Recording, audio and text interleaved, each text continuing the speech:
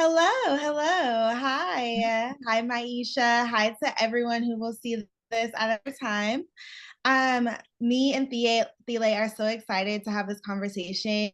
We decided, especially with open enrollment coming around, that this would be a great time for us to join forces and to talk about how do you navigate open enrollment? What does that look like? I am a financial consultant. I'm a certified financial planner. And so a lot of my is retirement planning, investment strategy, and just overall financial planning. And then Thile, I'll allow her to introduce herself as well, but she's a human resource consultant. And so with our backgrounds, we have talked to thousands of people and helped them navigate through overall planning for really setting themselves up, right? Because we know when you plan to when you don't plan, it's essentially you're planning to fail, right? So having some type of structure and strategy around what you're doing from day to day and how you're setting yourself up is extremely important. And a part of that for a lot of people are their employer benefits. Our employer benefits are a part of our employment, and it's a part of our benefits package. And so we're just encouraging people to really take advantage of it in a way that makes sense for them. And so I'll hand it over to you, Thea, to introduce yourself. You. Thank you so much, Jasmine, and I'm excited to work with you. I've talked to you in the past and present, and we have just connected around finances, around benefits, around workplace issues. And so my name is Dr. Thelá Thatch. I have been working in human resources for over 25 years. I've worked for large organizations like Cablevision, UPS, Live Nation, recently Paychex Payroll. And now I own my own consulting business where I'm the chief equity officer of Thelá Thatch Consulting. And basically, when I worked in human resources, I spent a lot of time dealing with everything around the employment life cycle. And one of the biggest things that employees always had questions about were their benefits. And I promise you, they did not understand their benefits. They did not understand what a PPO is, HMO is, why there was open enrollment, how they do open enrollment. And I am so excited because I know as an equity person, equity officer, one of the biggest ways that women and people of color and people from underrepresented groups, marginalized groups, one of the ways, including myself, that we're able to get ahead and stay ahead for ourselves and for our future generations is through these benefits. I promise you, rich people know this.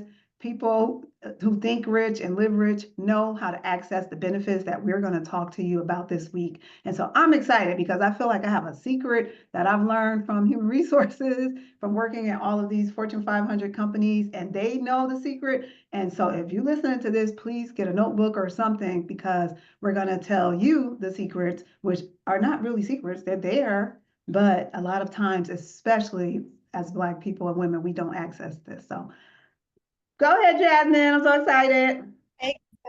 No, me too. No, exactly. So today we're going to focus in on retirement accounts, right? Because, like Thela said, this is how the rich have been able to leverage and get rich. So, a little bit of my background, I have worked I'm a licensed consultant. I'm a certified financial planner. I've been in this industry and have worked with plenty of millionaires. And a lot of them, whether it's at Fidelity, where I was for a number of years, or JP Morgan or Edward Jones, a lot of them are wealth through retirement accounts, real estate. We won't get into real estate, but that's another one, having land. But retirement accounts is a way that you can actually build wealth that I feel like a lot of people sleep on. Yeah, I just Because wanted to, especially, yeah, I oh, just go wanted to jump in and say that's how I purchased my first home is through a loan through my retirement account. So just want to say that. No, exactly. And I actually have some data that shows how people do use their retirement accounts for other things, right? We know that they are created to help. I like to say you're saving for your future self, right?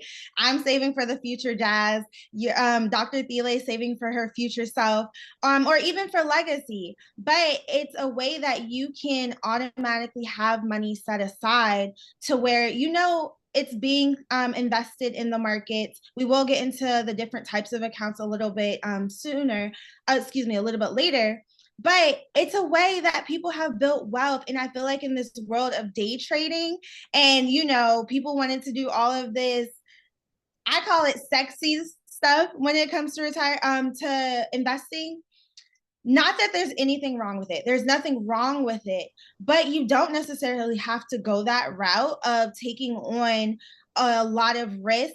And what I see a lot is people don't actually understand how the markets work. So that adds another risk when you're trying to get into some of these riskier aspects of investing versus just using the tools right there accessible to you each and every day. It makes it super easy to invest and get started because once you sign up, money starts to go automatically into this account. Or a lot of employers now are setting it up to when you start, you're automatically starting to have that deduction and you actually have to opt out, which I personally prefer that because once you're in it, most people don't opt out. But we know that there's still a lot of employers that actually have you go enroll in some aspect or you have to consent to having your money taken out. But again, it doesn't take that long. A lot of times you can do it on the right there on their website, and it starts to build your account. It starts to build your account right then and there. Yes, quickly. So I just want to go back just a little bit and explain how the benefits work from an HR perspective, real basic. I just want to let people know because sometimes people think, oh, this is too good to be true. I don't want the Yeah. employer having my money. We come from a place that I know my generation, my grandmother, she wanted to hide the money under the mattress, right? And so you're thinking banks and companies having your money feels unsafe. So employee benefits are non-wage compensations provided by employers to support employees' overall well-being and work-life balance. They include health insurance, retirement plans, paid time off as a benefit, and other perks, and it's designed to enhance job satisfaction, loyalty, and productivity. But I want to tell you another secret for your employers and entrepreneurs and everyone listening. They want to create these 401k and other, what we're going to get into another time, Section 125 plans, because giving you benefits is a benefit and a tax break to the employer. So they're not just doing it for you, they're offering you benefits because they get to write that off too. So the more money they give you, the more money they get to write off. So just know that it's just sitting there and they're hoping you take advantage of it because they get more tax write-offs. Go ahead, Chad. Exactly. And that actually goes into the different types of retirement accounts because so typically when it comes to retirement accounts, you have three main ones that you're talking about when it comes to the employer-employee relationship. 401k, 403bs, and then individual retirement accounts, IRAs, are more of a personal type of retirement account that you can open on your own. But why I say what Dr. Thelá said is a perfect segue is because I often get the question, what is the difference between a 401k and a 403b? The actual literal difference is, as far as the contributor, so the employee, there is no difference. The difference lies is in your employer and the tax benefits. So to exactly what Dr. Thelá said, so 401ks you typically see with corporations because they get some type of tax benefit for offering it to their employees versus 403bs you typically see with nonprofit and government agencies because they don't need those same tax benefits. But as far as how the accounts actually work, how they're set up, that is the same. And so when it comes to 401ks and 403bs, the biggest difference is more about where you're employed, not in actually how the account works. They're so much the same that I have talked to people who have multiple jobs. For example, let's say you work in private sector from 9 to 5, and then you teach at a university part-time, and you have the option of contributing to both. The IRS sees them as so much the same that whatever you put in one counts towards your contribution limits in the other. So that is how similar these accounts are. The IRS actually sees them as the same. And Wow. so I said, wow. I wanted to make sure we didn't forget to show our graphic that you had. oh, yes, yes, yes. Let me pull that And up. he's so excited talking about benefits. It's like, I look, know. let I was like, I just get to talking. Let me show this. me. Yeah, we had these cute graphics and we want to share. So I also want to pause to just make sure again, I've talked about this for 25 years and I promise you I learn every time I talk about it. I learn something new and a different way to think about 401ks, IRAs, Section 125 plans and things like that and how to structure them. So please raise your hand if you have questions or we'll give you our contact information later. So I also wanted to share, Jasmine, while you were setting up, 5 reasons why employee benefits are essential. And so right now we're in a season of the world and the atmosphere where mental health and mental well-being is just crucial. People are struggling. And the first thing I ask people is, do you have, benefits? Do you have benefits? And people don't, I can't believe how many people do not even know if they have benefits. So I start with something basic like, show me your benefits card. And if they don't know where the benefits card is, or they tell me the name of your benefits plan. What's the name? Is your 401k with, and if they don't know the name, they typically don't have the benefit or they need to look for it. So anyway, real quick, 5 key reasons this is essential is for physical health and well-being, mental health and stress reduction, emotional security and morale, and what we're talking about today, financial security and stability. Financial benefits like retirement plans, saving programs, and then tuition assistance. Can we pause for a dramatic effect on tuition assistance? And a lot of those plans are structured similar to some of the IRAs. Relieve financial stress. So you're at a company for 30 years and they've had tuition reimbursement and or 401ks and you're not using it, then I just call me. Just do something. I don't know what to say. I don't know what to say. But Exactly. the last thing is work-life balance and job satisfaction. But please, if today is, why are we doing this right now? Oh, we have a question. Thank you. Why are we doing this right now is because this is the season for open enrollment. This is the season most companies, November and December, where you can make the changes. And so we had a question in the chat. That was what I just talked about, the benefits of physical health and well-being, mental health and stress reduction, emotional security and morale, financial security and stability, and work-life balance and job satisfaction. So let me see, what is the question in the chat? Thank you so much, Maisha, for your question. What's the best way to adjust my retirement plan if I'm getting a late start? Good question That's for a great Jasmine. question. Good question for Jasmine. Or if Okay. you're not Yeah. saving enough.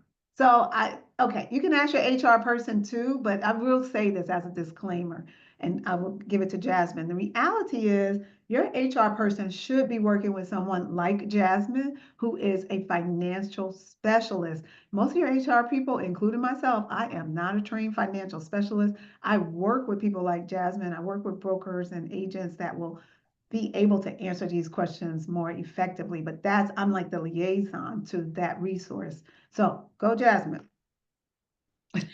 Yes, no, that's a fantastic question. I actually get this a lot because with investing, you're always encouraged to start early, right? But we realize life happens and maybe you had to deplete your account or you just didn't start. So, one of the best things is your savings rate does matter. So you can adjust how you're saving, of course. If you're able to save more, I would encourage you to do that. The other thing that you can adjust is how your money is actually being invested because it's a balance. And so I do say this in general because in general, when you have a longer timeline, you're in a place where you can take on market risk, just meaning that you have more opportunity for growth. But then, of course, you do have more exposure to those ups and downs of the market. When you have a shorter timeline, typically you do want to become what we call more conservative, just meaning that you're not exposing yourself to as much of that market ups and downs. It's not putting you in a place for as much growth. And so I wanted to preface what I was about to say with that. But if you are someone who is looking to try to I don't want to say make up for lost time, but if you are wanting to set yourself up to where you have more savings in the future, there are a few things. One, actually start. Two, you can increase your savings. And then three, you can change how you're actually investing your money. So that mixture. So of. let me ask you a question, Jasmine, because I'm putting myself in the shoes of people who are like, what? So when you say savings, what are you, before you keep going? So I'm sorry. When I say savings, I do use it just how much money you're actually putting into your investment account. And so Okay. not into a savings account. In my head, thank you for that, because in my head, your savings rate is how much you're actually putting into your investment account. Okay. Because that actually does make a difference. Typically, you want to do at least 15% of your gross income as a standard when it goes into how much you're putting into your retirement accounts. Yes, It's 15%. 15% of your 15, gross income into your regular savings or IRA, your 401k, 401k. So your into any your type of 401k. retirement account. And you can include what your employer is also putting in. And Okay. so let me back up. So what I mean is, one, how much you're actually putting in. So if you have an employer match of 5%, at minimum, you want to be putting in 5%. So then you can get that employer match of 5%. And then what is actually going in your account as far Mhm. as what you are putting away for your retirement would be a full 10%, because you're putting in 5, your employer is putting in 5, so you're actually getting 10% of your income into this retirement account. So taking advantage of any type of employer match is going to help build your account much faster, I right, want versus trying to to do it on your I want to jump in there because when I do HR certification and we talk about this, just kind of surfacey, because again, we're not trained to be financial specialists. But this point right here, I would like for you to talk about vesting, own. because Yes, this is the money right there. So how does that affect, first of all, define vesting, or I could define vesting, being vested. And yes. how what you just said relates to vesting. Yes, no, that's a great question, because what vesting is, it's essentially your employer saying, if we are giving you money, we expect you to work with us for a certain amount of time in order for you to fully lock in this contribution. So, what I mean by that is, a lot of these 401ks, when it comes to their employer match, it really just applies to the employer match. Anything you put into your 401k will always be yours, right? It's your money you put in, so it's yours. Vesting applies to the employer match piece. And Okay. so an employer may say, you have to work with us for 3 years in order for you to have locked in or to be able to keep any money that we put into your account. Right. Because if you leave us before this 3 years of employment, you may get nothing as far as what they put in. They'll take all of that money that they put in back, Right. or you may get a portion of it. Sometimes you'll get 25%. What Dr. Thiele is asking, it is important when you're working with an employer, understand what that schedule looks like. I Mm. know for me, I was at an employer where it was a 5-year vesting schedule. So each 5 years, we essentially got 20% of our of the employer contribution that we could keep if we were to leave before that 5 years was up. Right. And so the first year, well, after the first year, technically, right? Because it's Mm. 0 to 1 year. So once I hit that 1 year mark, I got it 20%. The 2 year mark got 40%. 3 year mark got 60%. 4 year mark got 80%. And then the 5 year mark, I got 100%. And just to And keep so, it yeah, just to keep it simple too. I'm just always trying to bring it back. That's the money you get to keep. yeah. I just want to say that. Yeah. Okay. No, exactly. It's the money that you actually get to keep if you were to leave. And Right. so going back to it, if you've already worked that time frame, you don't have to worry about it. It's not, your clock isn't going to start over. It really is truly tied to how long you've worked for the employer. So if you're like me and you were at an employer where you had to work there 5 years, but for whatever reason you didn't actually start contributing to your 401k until, let's say, you were 7 years in, you're already met that vesting schedule. Now it's just more about you actually taking advantage of the benefit that you have. Beautiful. I love it. So let me ask you this, and I kind of know the answer, but what happens? Okay, I know for me, when I was younger, especially, and even now sometimes, I'm looking at that money in my 401k and I'm thinking, I want it all. I got $50,000 sitting in there and now I'm vested. I can have access to it. What are the pitfalls or what can happen if I take out this $50,000? Because there are repercussions, right? There are. Yes. So I always like to say with it's right compounding. So compounding is really what it's going to be your best friend. And what I mean by that is that's really how your money continues to grow. Yes, it's in the stock market. So when I say stock market, I do mean you're invested in the overall stock market. All the stock market is made up of is companies. So when we're talking about stocks, we're just simply talking about companies. So when you're a shareholder or you own a stock, you own a piece of that company. When we're talking about different ways you can go about investing, that's essentially what I'm saying. But I want to get to your question. So compounding interest, why that matters is because that's the way for your money to grow on itself. And so when your money is compounding, typically, if it stays in the markets, your money will double every 7 years. And so by you taking your money out, one, you're losing that opportunity of growth. Because even though the markets do have their ups and downs, when we look at the history of the markets are up much more than they're down. And so you're losing that opportunity for growth. Mhm. Also losing that benefit of truly allowing your money to pound and to build.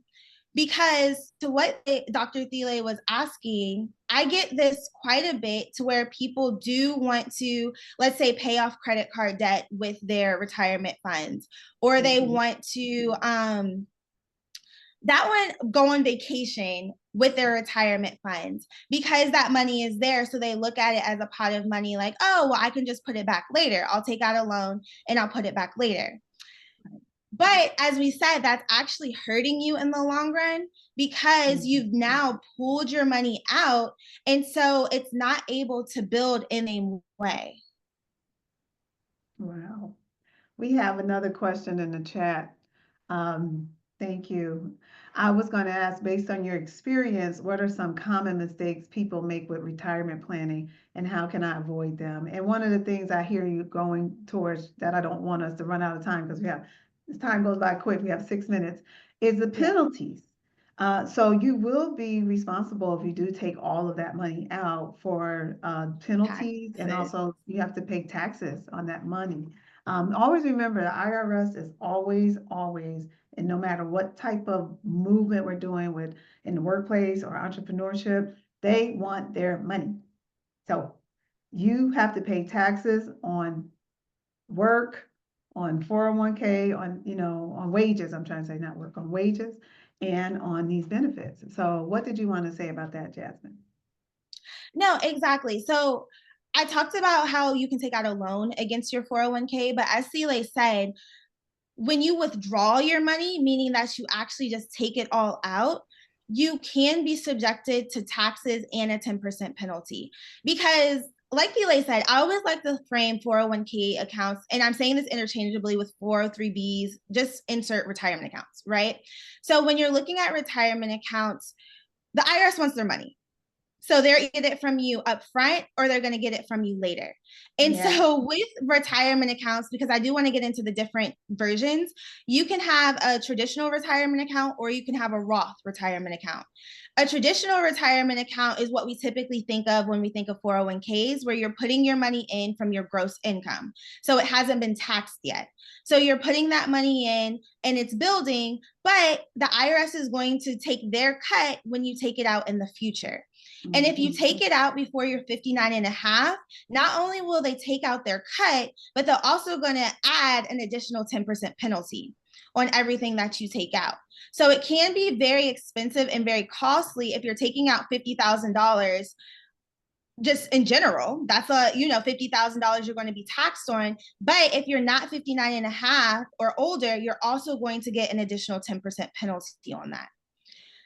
versus Roth. What Roth is, that's you're putting money in from your net pay. So you've already taken out taxes and deductions, and that money, so essentially you've given the IRS their money, right? So you've already paid them, you're putting it in, and it's setting you up to where your money can actually grow tax free.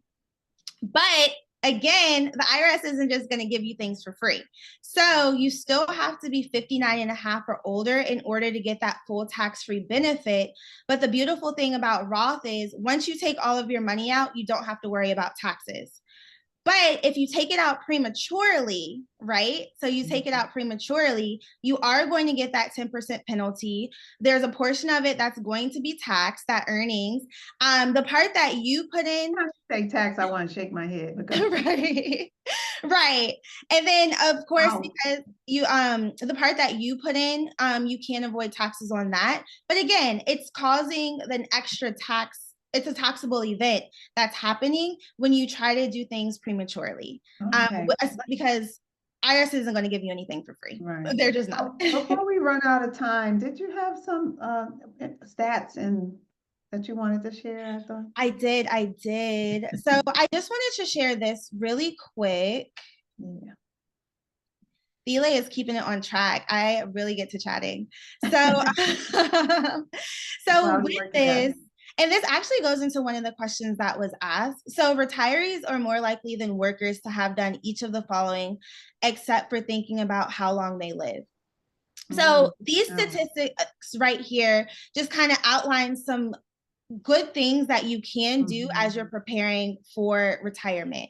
One, review your actual Social Security. You can go on ssa.gov and create an account, and you can actively see what's counting towards Social Security. I know, there's a lot going on with Social Security, but it's still a good idea to know what you could possibly get. Right. Think about right. It's still there and available for now. So exactly. As long as it's not depleted right now. But estimate your actual income. When it comes to retirement planning, people underestimate how important it is to actually think about the life you want to live. And I know it sounds very cliche to some, but you have to really understand the life you want to live. So if you don't plan on changing your lifestyle, you want to account for that. I always like to say, you're not going to change who you are just because you retire.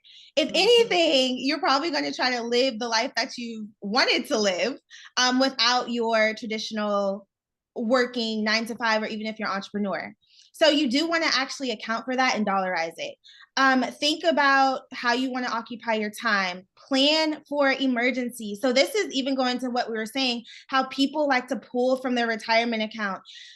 You cannot underestimate the importance of having an emergency savings, 3 to 6 months of cash set aside. You cannot underestimate the benefit of planning for events that you know are coming up. So if you know you need a new car, let's start planning for that in advance. If you know you want to go on a vacation, let's start planning for these things in advance, because your retirement account really is created for that longer term future self.